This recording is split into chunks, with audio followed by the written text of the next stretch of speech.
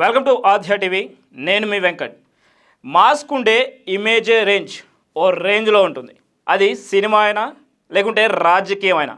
అయితే ఇదే వ్యూహంతో రానున్న ఎలక్షన్స్లో ఎలాగైనా విజయం సాధించే దిశగా అడుగులు వేస్తుంది ఆంధ్రప్రదేశ్లో ఉండేటువంటి అధికార పార్టీ. ఇక 2019 ఎలక్షన్స్లో ఒంటరిగా పోరాడారని, అలాగే 175 సీట్లకు గాను 151 సీట్లు సాధించారని చెప్పుకొస్తున్నారు జగన్. మరి ఈసారి రానున్న ఎలక్షన్స్లో తమ పార్టీ నుంచి అత్యంత క్రేజ్ ఉండేటువంటి మాస్ లీడర్లకు ఆ బాధ్యత అప్పచెప్పుతున్నట్టు కొన్ని వార్తలు వెలువడుతున్నాయి.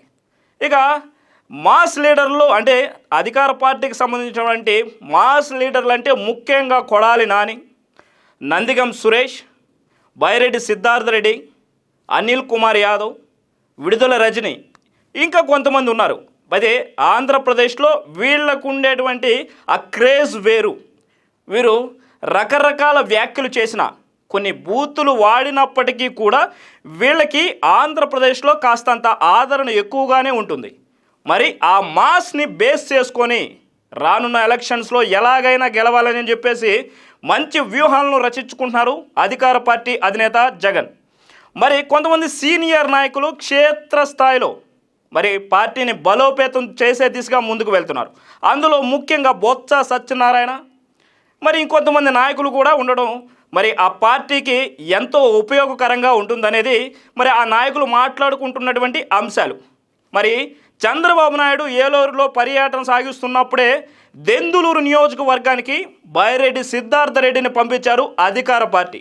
మరి ఆ సమయంలో బైరెడ్డి సిద్ధార్థ రెడ్డికి మరి దెందులూరు నియోజకవర్గంలో మంచి స్పందన లభించినట్టు మరి రిపోర్ట్ వచ్చింది మరి జగన్మోహన్ రెడ్డి టేబుల్ మీదకి. మరి అది గమనించినటువంటి జగన్మోహన్ రెడ్డి ఇది ఎంతగానో ఉపయోగపడుతుంది, రానున్న ఎలక్షన్స్లో ఈ మాస్ లీడర్లు కొంచెం ఫోకస్ చేస్తే చాలు, ఖచ్చితంగా రానున్న ఎలక్షన్స్లో అధికారం మా చేతికి దక్కుతుందనేది ఆ పార్టీలో ఉండేటువంటి పెద్ద పెద్ద నాయకుల ఆలోచనలు. మరి ఇవి ఎంతవరకు సఫలీకృతం అవుతాయి? ప్రస్తుతం ఉండేటువంటి ఆంధ్రప్రదేశ్లో రాజకీయాలు చాలా వేడిగా ఉన్నాయి. అటుపక్క అటు పార్టీలు, అటు తెలుగుదేశం కావచ్చు, జనసేన కావచ్చు, అధికార పార్టీ కావచ్చు, విమర్శనాస్త్రాలను సంధించుకుంటున్న వేళ ఈ వ్యూహం ఎంతగా అధికార పార్టీకి ఉపయోగపడుతుంది? మరి ప్రజలు ఈ మాస్ లీడర్ల వైపు వెళతారా, లేకపోతే నిజంగా అభివృద్ధి చేశారా? మరి ఆ పార్టీకి సంబంధించినటువంటి అంశాలను అన్నింటినీ గమనించే ప్రజలు వారి ప్రయాణం ఎవరి వైపు సాగుతుంది? మరి ఈ యొక్క కొత్త వ్యూహ రచన ఎంతవరకు అమలవుతుంది? మాసే కావాలంటే అభివృద్ధి చేశారా లేదా అనే విషయాలు ప్రజలు ఖచ్చితంగా ఆలోచించాల్సినటువంటి అంశం ఉంది. నేను ఎప్పుడు ఏం మాట్లాడినా కూడా పార్టీలతో నాకు సంబంధం లేదు, నాకు కేవలం ప్రజలతోనే సంబంధం. వారు ఇచ్చిన హామీలు ఎంతవరకు సఫలమయ్యాయి, ప్రజలు ఈ పార్టీ నుంచి ఎంతవరకు వాళ్ళు అనుకున్నటువంటి అంశాల పట్ల అనుకున్న కార్యక్రమాలు ఎంతవరకు సక్సెస్ అయ్యాయి.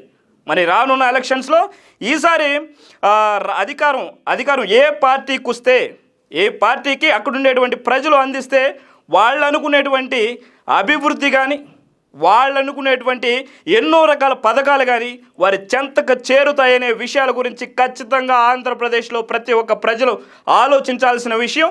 మరి మాస్ ఇమేజ్ ఉన్న లీడర్లు, వాళ్ళ యొక్క అభిమానులు, వాళ్ళ యొక్క కార్యకర్తలతో ముందుకు వెళ్ళినా కూడా ప్రజలు అభివృద్ధి ఎక్కడ ఉందో ఆ దిశగా ముందుకు వెళ్ళాలని నేనైతే నా హృదయపూర్వకంగా తెలియజేస్తున్నాను. ఖచ్చితంగా ఆంధ్రప్రదేశ్ అభివృద్ధికి మాసా లేకుంటే క్లాసా అనే అంశాలు పక్కన పెట్టి అభివృద్ధి ధ్యేయంగా ప్రజల యోగక్షేమాలే ముఖ్యంగా ముందుకు వెళ్ళాలని చెప్పేసి చాలామంది నాయకులు మరి కోరుకోవడం కానీ సోషల్ మీడియాలో వార్తలు వెళ్ళడం కూడా మనకి చూస్తూనే ఉన్నాం.